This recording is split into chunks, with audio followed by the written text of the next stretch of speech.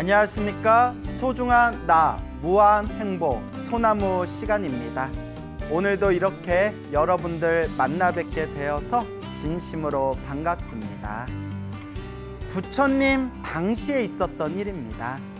부처님 당시에 사위성이라는 그런 나라가 있었는데, 이 사위성에 5명의 큰 부자가 있었다고 합니다. 이 5명의 큰 부자는 서로가 서로 굉장히 친한 친구 사이였다고 합니다. 그래서 타고난 성품들이 다들 착하고 좋으셨는지 이 5명의 이 부자들은 서로가 서로 항상 좋은 곳에다가 돈을 기부하고 보시하고, 그리고 항상 부처님의 가르침을 함께 법문을 들으면서 그렇게 신행생활을 열심히 잘하고 있는 5명의 부자들이 살고 있었다고 합니다. 어느 날 이 5명의 부자들이 이제 자기들이 나이가 들어가지고 서로가 이제 모여서 이런저런 대화를 하다가 서로 이런 말을 나누게 되었다고 합니다. 우리가 지금 나이가 너무 많아서 지금 이제 집에 있어봤자 무슨 일을 더 하겠냐. 그러지 말고 우리가 차라리 말년에, 지금 나이가 들었을 때 말년에 지금이라도 머리 깎고 출가해서 수행을 하는 게 어떻겠냐라고 서로가 서로 이런 대화를 나누면서 서로 의견을 또 이제 나누었다고 합니다. 그래서 서로 5명의 친구들이, 이 엄청난 부자였던 5명의 친구들이 서로가 서로 의견이 잘 서로가 부합이 돼가지고, 그래, 우리가 지금 나이를 굉장히 많이 먹었는데 지금 이렇게 집에서 사회에서 우리가 나이가 들어서 지금 무슨 일을 더 하겠느냐, 차라리 말년에 부처님 가르침에 귀의해서 머리 깎고 출가해서 수행하는 것이 낫겠다라는 그런 이제 생각을 일으키면서 부처님께 찾아가 부처님의 허락을 받습니다. 부처님의 허락을 받고 이제 머리 깎고 출가해서 비구가 됩니다. 비구. 우리가 이제 남자 스님을 비구라고 부르고 여자 스님을 비군이라고 부르잖아요. 원래 부처님 당시에는 머리 깎고 출가할 때 20살이 넘은 스님들은 이제 비군이라고 불렀고요. 20살이 넘지 않은, 지금으로 치면 미성년자겠죠. 미성년자가 출가할 때는 남자 스님을 사미, 여자 스님을 사민이라고 불렀습니다. 그래서 이제 20살이 훨씬 넘어서 이제 나이가 들어서 머리 깎고 출가하셨으니까 이제 비구 스님이 된 거죠.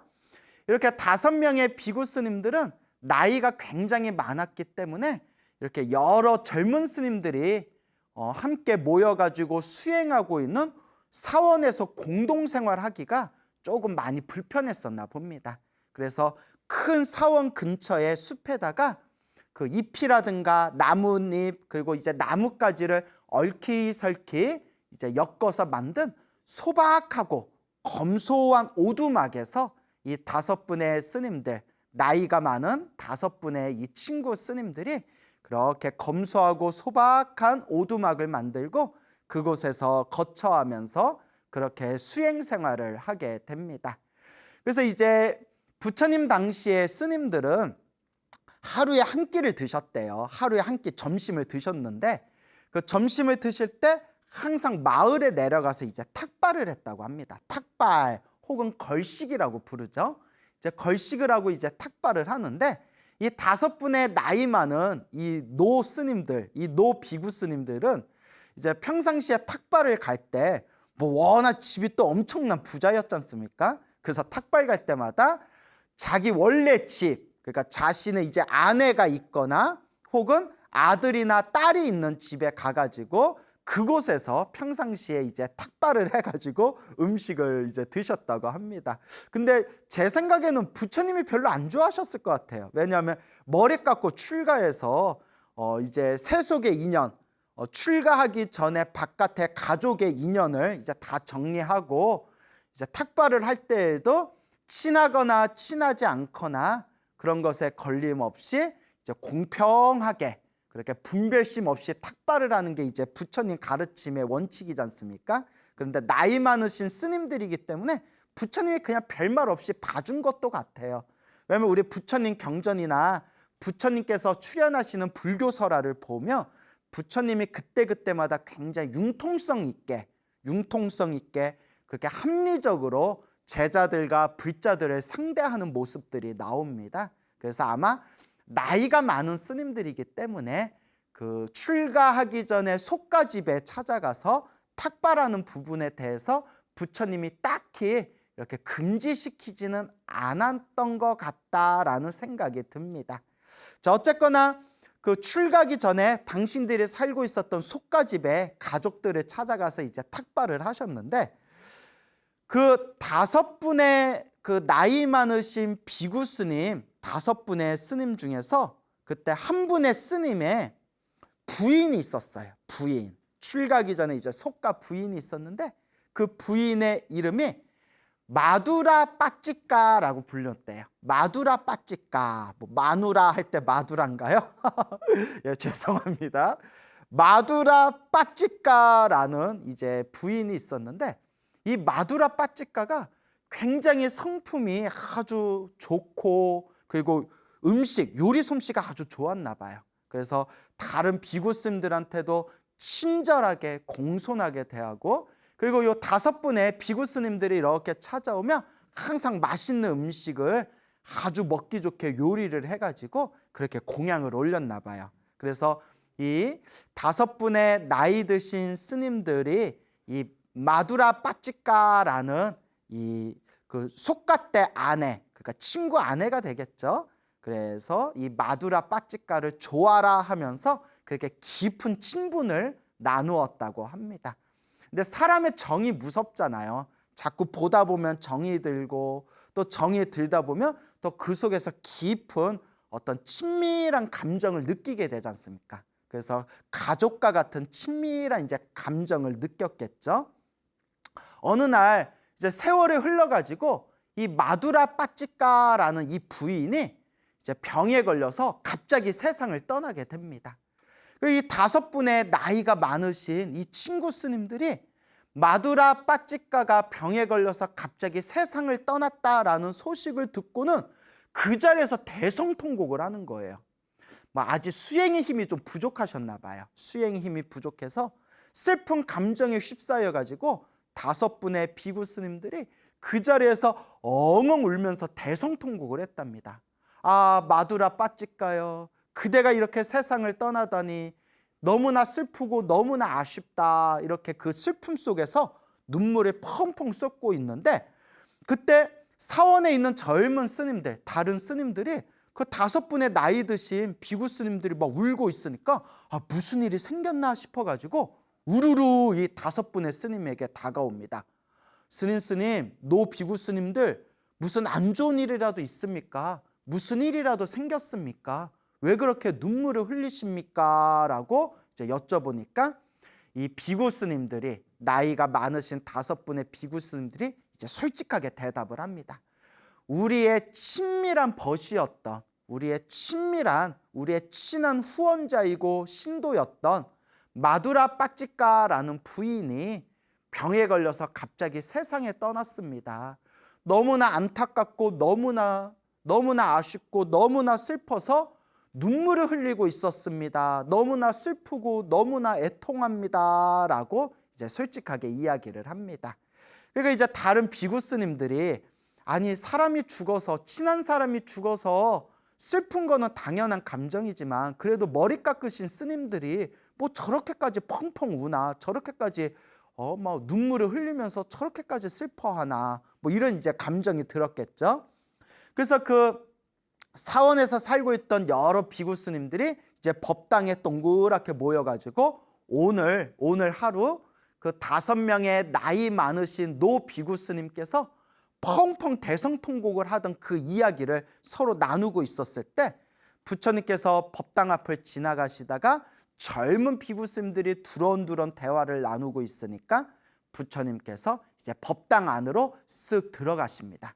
법당 안으로 쓱 들어가셔서, 그대들이여, 비구들이여, 그대들은 지금 모여서 무슨 대화를 나누고 있는가라고 이제 부처님께서 질문을 던지십니다. 사실 이제 부처님은 모든 것 다 알고 계시고 부처님은 모든 걸 다 꿰뚫고 계시죠. 근데 부처님께서는 항상 원칙이 있으셨어요. 특별한 경우가 아니면 모든 걸 다 알고 계시면서도 특별한 경우가 아닐 때에는 항상 사람들에게 먼저 물어보셨대요. 다 알면서도 짐짓 물어보셨다라는 표현이 경전 공부하다 보면 나오거든요. 그러니까 이 여러 명의 비구 스님들이 부처님께 오늘 하루 있었던 일을 그대로 이제 부처님께 전해드립니다. 그러면서 그 나이 많은 늦게 출가한 나이 많은 5분의 비구 스님들이 평소에 친하게 지냈던, 그리고 출가하기 전에 그 비구 스님 중에 속가 부인이었던 그 마두라 빠찌까라는 그 부인이 세상을 떠났다는 것을 알고 오늘 크게 울면서 슬퍼했습니다. 그것 때문에 저희가 이런저런 대화를 나누고 있었습니다 라고 하니까 부처님께서 다음과 같이 말씀하십니다. 그대들이여, 저 5명의 나이가 많은 저 비구 스님들이, 저 비구들이 저 마두라 빠찌까가 세상을 떠나가지고 저토록 슬퍼하고 애통해했던 것은 이번 생만 그랬던 게 아니다. 이미 오래전 과거 전생에도 이와 같이 똑같은 일이 있었다라고 부처님께서 입을 여십니다. 그러니까 그 자리에 있던 비구 스님들이 부처님 그 이야기를 자세히 듣고 싶습니다. 부처님 그 머나먼 과거 전생의 그때 이야기를 저희들이 조금 더 자세히 알고 싶습니다. 듣고 싶습니다. 라고 부처님께 법을 청합니다. 그때 부처님께서 이 마두라 빠찌까와 그리고 나이가 많은 5명의 비구 스님들과 얽혔던 머나먼 과거 전생의 이야기를 들려주십니다. 머나먼 과거 전생에 이 마두라 빠찌까라는 부인과 그 늦게 출가 나이가 많으신 5명의 비구 스님들은 머나먼 과거 전생에 서로 까마귀였던 적이 있었대요. 까마귀, 여러분 까마귀 알죠? 그래서 까마귀, 설날에 날아오는 새가 까마귀가 아니라 까치죠. 그래서 이제 또 까마귀라고 있지 않습니까? 그래서 까맣게 생겨서 까마귀라고 하나요? 자, 그래서 이 까마귀였을 때 서로가 친하게 지내던 그렇게 까마귀 동료들이었대요. 그때 까마귀 한 마리가 해변가를 걷고 있을 때, 해변에 이렇게 이제 서 있을 때 갑자기 해변가, 바닷가에서 어마어마한 큰 파도가 밀려와 가지고 해변가에 서 있었던 까마귀 한 마리를 파도로 휩쓸어서 그만 이 까마귀가 바닷속으로 쏙 들어가 버리고 말았대요. 이제 전문 용어로 익사했다고 했죠. 익사. 그래서 이제 죽어버렸어요. 그러니까 나머지 5마리 동료 까마귀들이 너무나 이제 슬퍼가지고 빨리 우리가 바닷속에서 구해야 돼. 바닷속에서 구해야 돼. 이제 까마귀 5마리 까마귀가 난리가 난 거예요. 그래서 어떤 꾀를 내냐면 우리가 뭐 손이 없잖아요. 날개가 있고 손이 없으니까 우리가 입으로 요 주둥아리로 부리로 요 바닷물을 다 퍼내자. 바닷물을 다 퍼내면 바닷속에 들어간 우리 친구 까마귀를 구할 수 있을 것이다 라고 꾀를 내가지고 그 까마귀 부리로 바닷물을 계속 퍼올렸대요. 계속 퍼올렸는데 그게 되겠어요? 그 까마귀 부리로 퍼올려도 몇 날 며칠을 퍼올려도 그 바닷물이 줄어들겠습니까?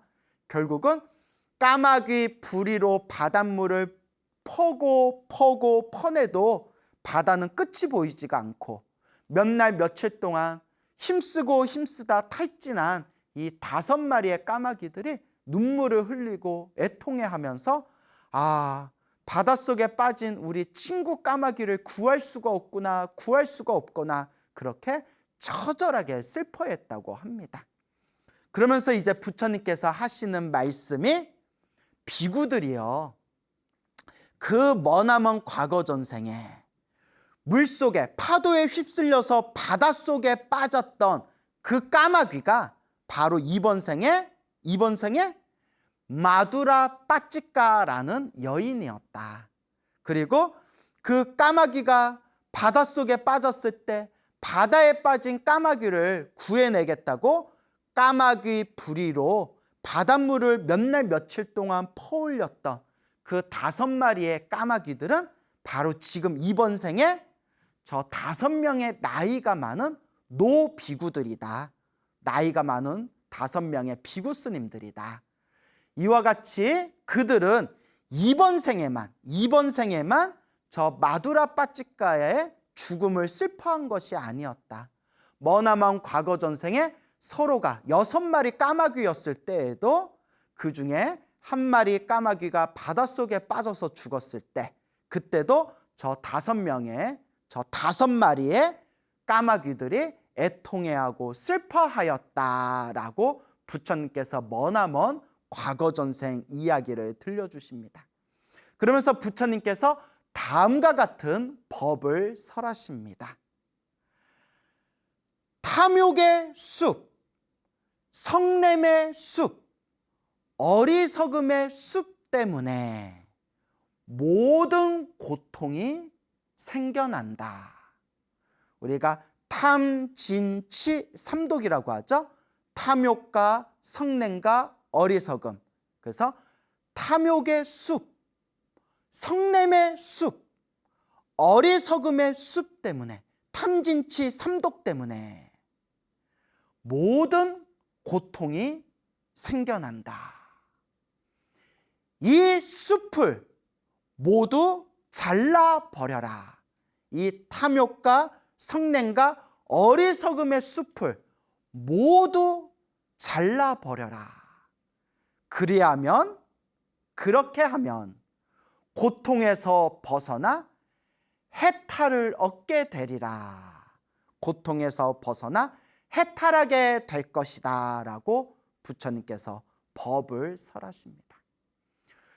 우리가 지금까지 저 시작 없는 머나먼 과거 전생에서부터 지금까지 우리가 태어나고 죽고 태어나고 죽음을 반복하면서 이 탐욕과 성냄과 어리석음에 휩싸여 때로는 해서는 안 될 짓을 한 적도 있었고 때로는 크게 성을 내고 분노를 일으키면서 크게 실수를 했던 적도 있었을 것이고 때로는 내가 끝없는 윤회 세상을 살아오면서 정들고 사랑하고 친하게 지냈던 그 수많은 사람들과 이별하면서 우리는 지금까지 얼마나 눈물을 흘리며 얼마나 가슴 아파하고 얼마나 슬퍼하며 얼마나 애통해했단 말인가.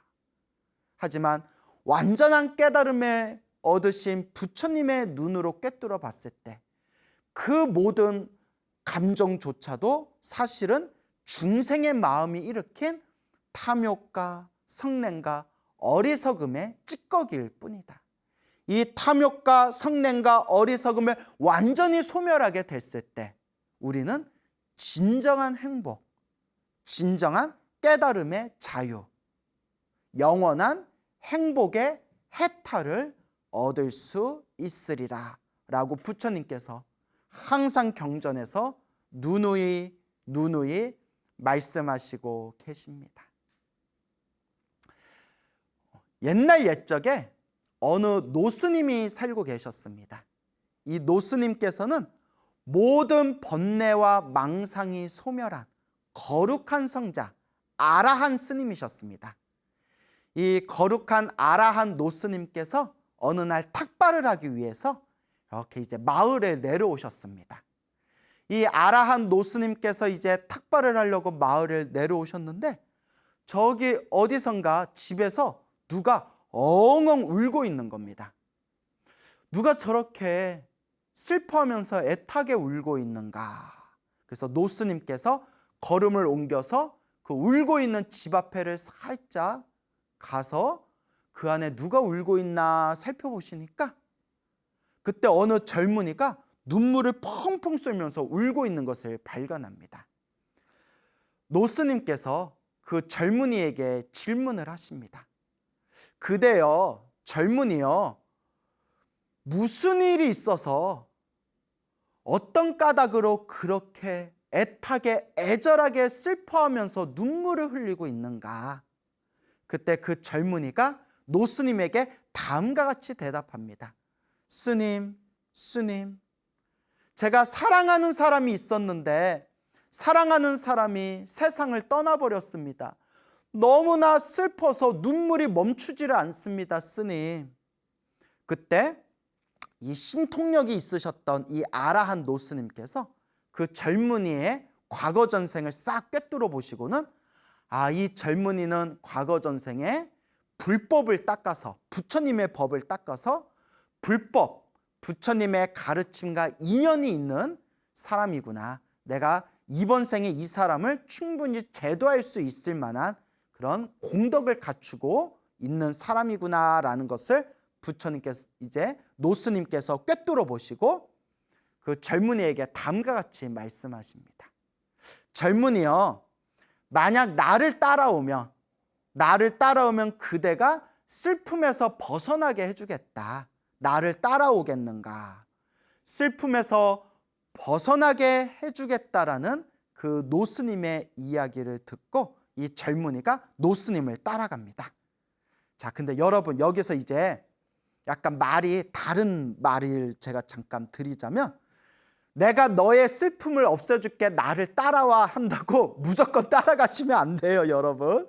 요새는 너무 사이비들이 많아가지고, 아이고 얼굴에 맑은 빛이 있어요. 그런데 조상님이 지금 조상님의 그 업이 두꺼워가지고 지금 일이 안 풀리시네요. 저를 따라오시면 좋은 방법 가르쳐 드릴게. 저를 좀 따라오시겠어요? 뭐 이런다고 막 따라가시면 절대 안 됩니다.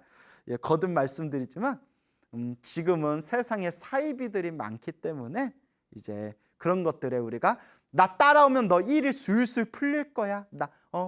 우리 있는 곳에 따라와 한다고 이렇게 쪼로로 따라갔다간 큰일 나요, 여러분. 자, 물론 그런 걸 섞지 않으시겠죠? 자, 어쨌거나 다시 이제 본론으로 넘어와서, 그래서 그 노스님을 따라가지고 젊은이가 이제 노스님이 계신 사원에 들어가게 됩니다. 그래서 그 사원에서 이제 그 젊은이가 이제 짐을 다 풀고 이제 기다리고 있는데 노스님이 젊은이를 이렇게 부릅니다. 이복에, 내가 자네에게 숙제를 내주겠네. 이 숙제를 잘 풀면 자네가 모든 슬픔에서 벗어나게 될 걸세. 스님이 내주신 숙제를 제가 잘 풀어보겠습니다. 제가 머리가 나쁜데 숙제를 잘 풀 수 있을지 모르겠네요. 어떤 숙제인가요? 너무 어려우면 제가 숙제 못 푸는데.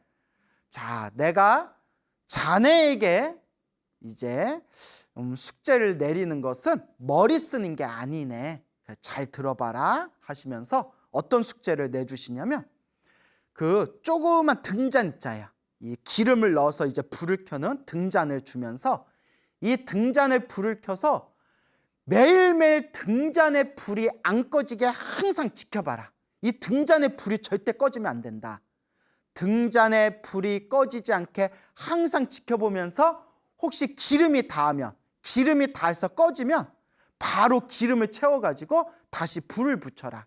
절대 이 기름이 떨어져가지고 저절로 꺼지는 거 빼고는 절대 이 등잔의 불이 꺼지게 해서는 안 된다. 그러니까 항상 매일매일 이 등잔의 불이 꺼지지 않게 매일매일 한번 지켜봐야 된다.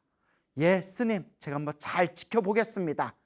그래서 그 노스님이 주신 그 등잔을 오기야 금이야 항상 그것을 이제 품에 안고 항상 이제 가장 좋은 자리에다 올려놓고 이제 불을 켜놓고 꺼지나 안 꺼지나 이제 그것만 보는 거야.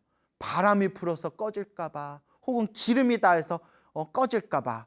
그래서 이제 그 등잔에 등불이 꺼지지 않게 항상 바라보되, 이제 기름이 닿아서 꺼지려고 하면 그때 이제 기름을 다시 채워가지고 불을 붙이고, 또 불이 불어 이제 그 불이 바람이 불어서 꺼질까 혹은 쓰러져서 꺼질까 갑자기 무슨 일이 있어서 꺼질까 항상 매일매일 그 등불을 살펴보면서 또 등잔에 그 기름이 닿을 때쯤에 또 그 기름을 채워가지고 불을 계속 불을 켜놨다고 합니다.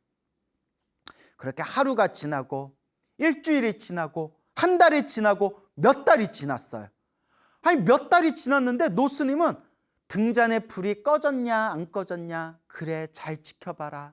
등잔에 기름이 떨어졌냐 안 떨어졌냐? 그래, 잘 지켜봐라. 계속 그 얘기만 하시고 슬픔에서 벗어나는 방법을 안 가르쳐 주시는 거예요. 스님, 언제쯤에 슬픔에서 벗어나는 방법을 가르쳐 주십니까?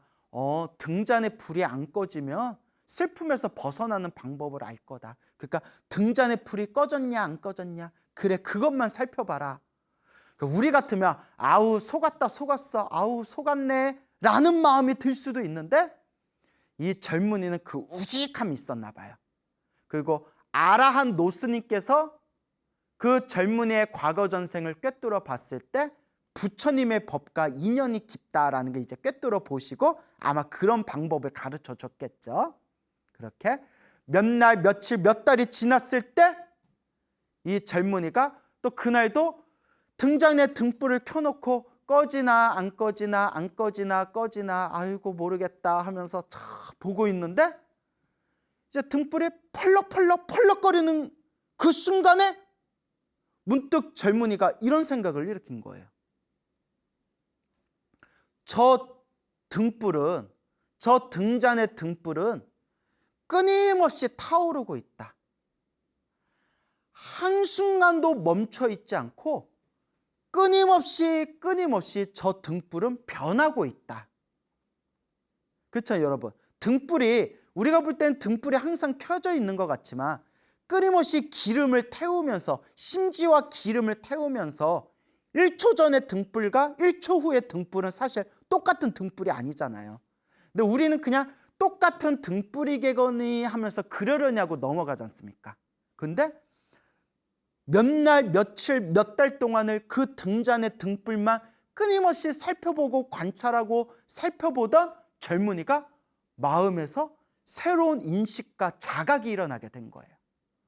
저 등불은, 심지 위에 있는 저 등불은 끊임없이 타오르고 있다. 한순간도 멈추지 않고 끊임없이 등불은 변하고 있고 있다.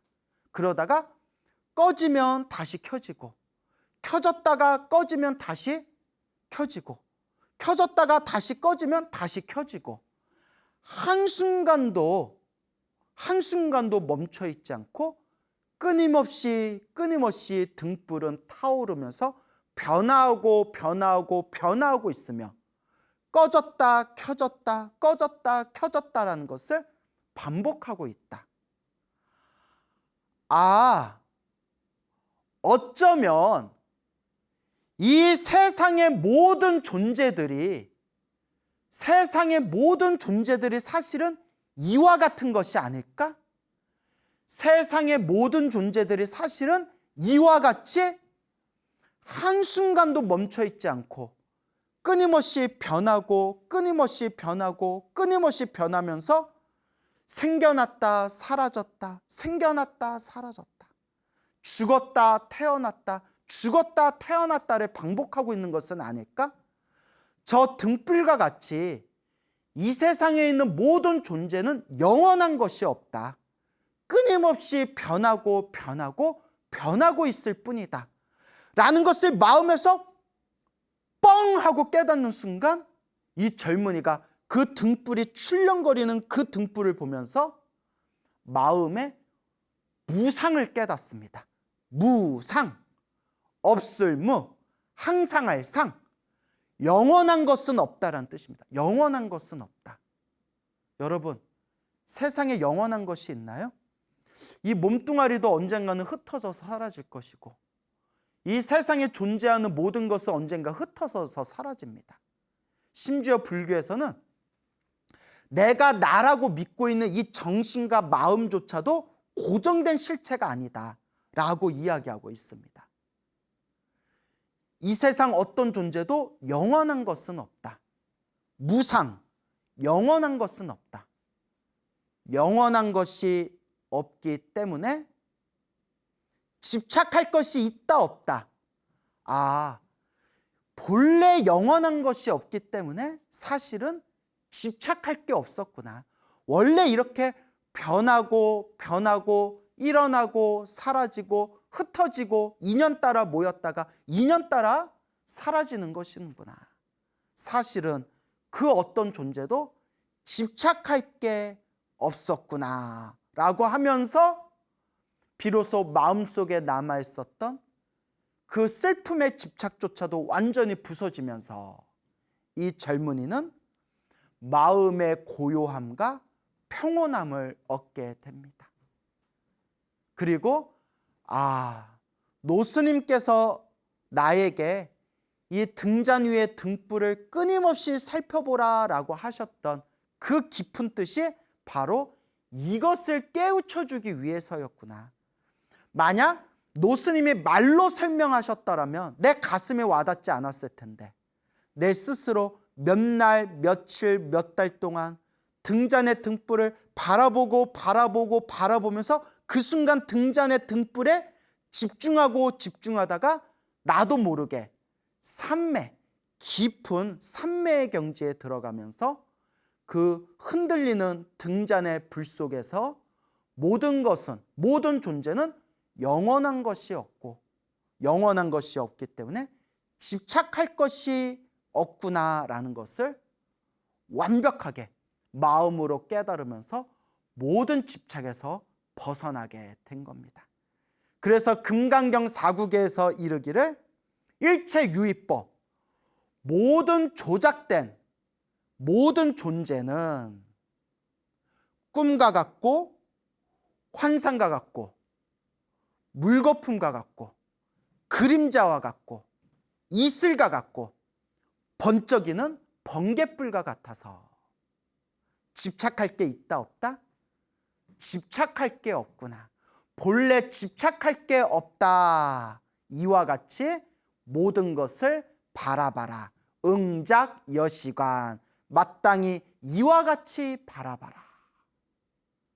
그리고 이 젊은이는 마음의 모든 집착을 훌훌 놓아버리고 그 자리에서 이제 머리를 깎고 출가해서 아라한 노스님의 제자가 되었다고 합니다. 진정한 마음의 평화를 얻게 된 것이죠. 우리가 시작 없는 옛적부터 지금까지 살아오면서 지옥, 악귀, 축생, 아슈라, 인간, 수많은 중생의 몸으로 이 세상에 태어나고 죽음을 반복하면서 얼마나 많은 사람들을 만나고 얼마나 깊은 사랑을 나눴으며 또 얼마나 뼈저린 아픔과 이별을 경험했고 이 수많은 인연의 흐름 속에서 우리는 얼마나 많은 일을 겪어왔단 말인가. 부처님께서 말씀하시기를 하지만 이 윤회 속에서 펼쳐진 그 모든 인연들이 사실은 깨달음의 눈으로 보면 결국 꿈과 같고 환상과 같다. 꿈에서 깨어나라. 환상에서 벗어나라. 라고 부처님께서는 설법하고 계시는 겁니다. 사실 우리 중생들은 탐욕과 성냄과 어리석음의 힘이 너무나 강하고 이 감정의 이 골이 굉장히 깊습니다. 만약 우리가 수행을 하면서 누구나 쉽게 나의 마음을 자유자재로 다스릴 수 있고 누구나 자기 마음대로 이 감정을 다스릴 수 있다면 우리는 벌써 다 도인이 됐을 겁니다. 하지만 아무리 수행해봐도 참선도 해보고 명상도 해보고 기도도 열심히 해봤지만 내 감정, 내 마음 하나 제대로 다스리기도 참 어렵더라. 우리가 입으로는 마음이 부처다라는 말은 절에 지나가는 강아지도 마음이 부처다라는 말은 다 알아요. 좀 우스개로 서당께 3년이면 풍어를 읊는다라는 말이 있잖아요. 그렇게 절에 우리가 조금만 다녀봐도 마음이 부처다라는 말은 우리가 다 들어봤지만 실제로 마음이 부처다라는 가르침은 불교의 핵심이지만 그러나 우리 주변을 보세요. 마음이 부처다라는 말은 누구나 삼척동자도 다 알지만 실제로 부처님처럼 행동하는 사람이 어디 있습니까? 마음이 부처다라는 말은 쉽게 던지지만 실제로 부처님처럼 지혜와 자비를 펼치는 사람이 이 세상에 몇이나 되겠습니까? 이게 이론과 현실의 어려움입니다. 이론으로는 마음이 부처다라는 걸 알지만 이 마음 속에 우리 업의 습관으로 깊게 박혀있는 탐욕, 성냄, 어리석음, 애욕, 슬픔, 괴로움, 이런 수많은 업의 감정은 우리가 아무리 수행을 해도 이 마음 하나 참 다스리기가 힘들구나라는 것을 뼈저리게 느끼게 됩니다. 물론 그렇기 때문에 더 꾸준히 닦아야죠. 닦고 닦다 보면 언젠가도 우리는 성불할 수가 있죠. 하지만 닦고 닦다 보면 참 이 마음 하나 다스리기가 참 쉬운 일이 아니구나라는 것을 끊임없이 느껴보게 됩니다. 예전에 어느 노보살님이 계셨는데 그 노보살님께서 젊은 시절부터 평생을 절에 다니면서 부처님께 공양도 올리고 큰 스님들 법문도 듣고 기도도 나름대로 열심히 했대요. 오직 하나, 우리 자식들 잘 되게 해주세요. 우리 자식들 잘 되게 해주세요. 그게 어머니의 마음이잖아요. 어머니의 마음. 내 몸 하나는 잘못돼도 좋습니다. 그저 우리 자식들 잘 되게 해주세요. 그렇게 불심으로 살아가셨던 이 노보살님이 정말 눈에 넣어도 아프지 않았던 그런 당신의 아이 하나가 갑자기 세상을 떠나게 됐대요. 너무나 슬프고 너무나 애통해서 나중에는 그게 분노심이 돼가지고 법당에 가서 부처님한테 따졌대요. 부처님, 내 다시는 부처님과 상종하지 않겠습니다. 어떻게 나한테 이럴 수가 있습니까? 내 다시는 부처님 볼 일 없습니다. 그리고 오랫동안 절에 다니지를 않으셨대요.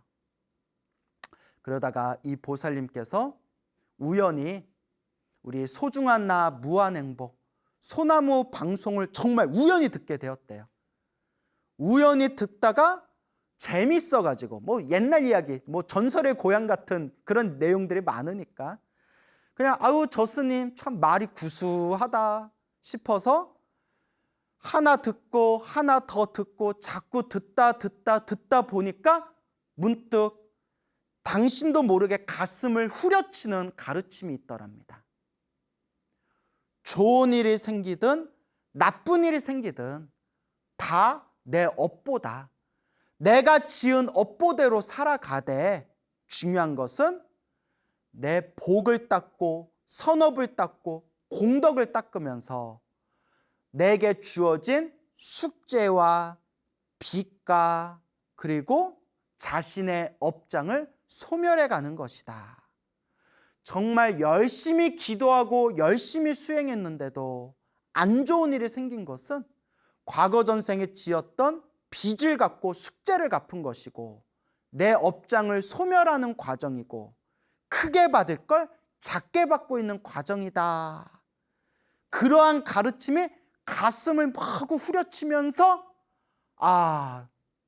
내가 부처님께 해서는 안 될 짓을 했구나.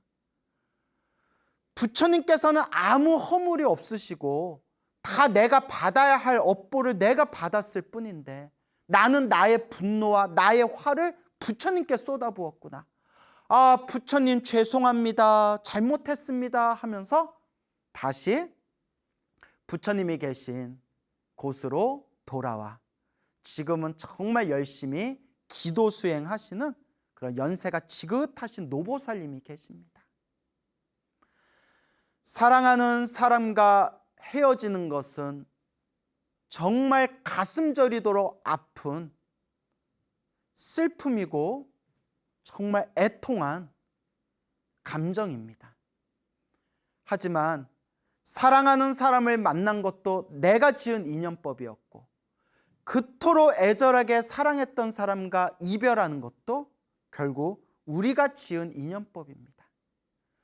좋은 일도 나쁜 일도, 좋은 인연도 나쁜 인연도 내가 지은 인연법이다라는 것을 항상 마음에 되새기면서 늘 복과 선업과 공덕을 닦는 그런 불자의 삶을 걸어 나아가시기 바랍니다. 여러분, 행복해지고 싶습니까? 행복한 삶을 창조하고 싶습니까? 복을 지으십시오. 선업을 지으십시오. 공덕을 쌓으십시오. 복과 선업과 공덕의 힘이 여러분들을 진정한 행복의 길로 이끌어 줄 것입니다. 여러분, 성불하십시오.